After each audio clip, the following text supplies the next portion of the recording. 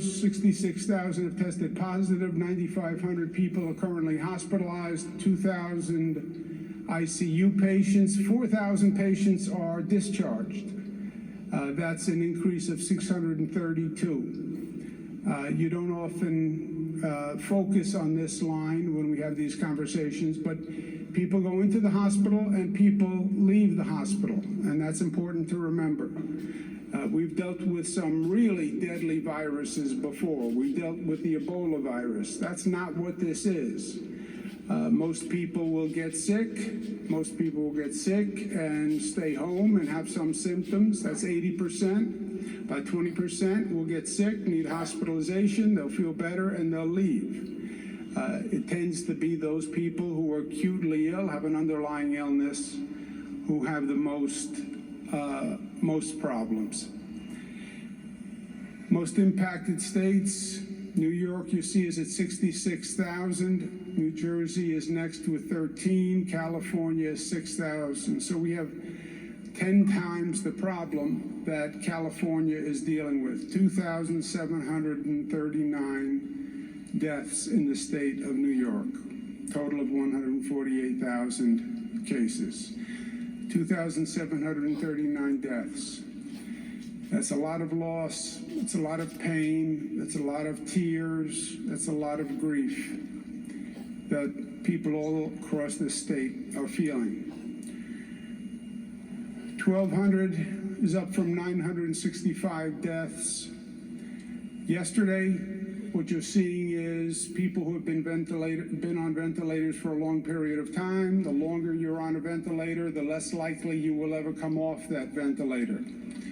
And as we have now some period of time when people first entered the hospital and were first intubated, we're seeing that death number go up as the length of time on the ventilator increases. To keep it in perspective, the Johns Hopkins numbers are still instructive. We've been studying this since China.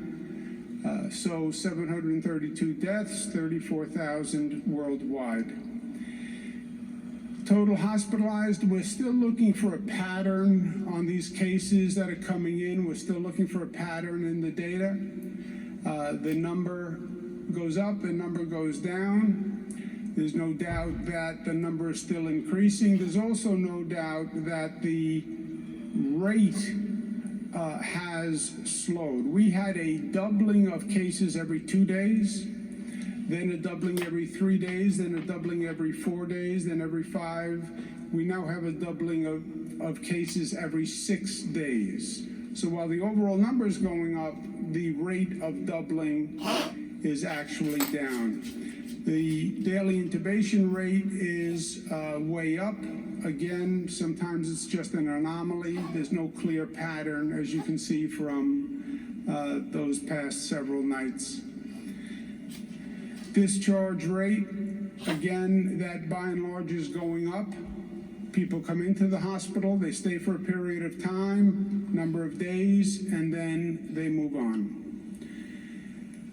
But big picture is the situation is painfully clear now. There's no question what we're dealing with. There's no question as to the consequences. There's no question as to the grief and the loss of life.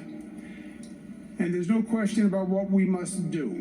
There are only 2 missions. There are only 2 operations that we need to perform.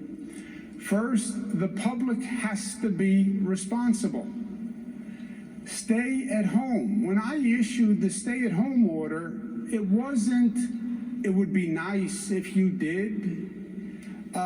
It is a mandate. Stay at home. If you're a non-essential worker, stay at home. If you leave the house, you're exposing yourself to danger. If you leave the house, you're exposing others to danger. You can get infected, go home and infect whoever is at home. So stay at home. I know the isolation can be boring and oppressive. It is better than the alternative. Life is options, right? Stay at home. That is the best option. If you are out, no proximity, 6 feet distancing. You don't want proximity to other people, and you want to stay away from places that are dense. Still, in New York City, you have too many places with too much density.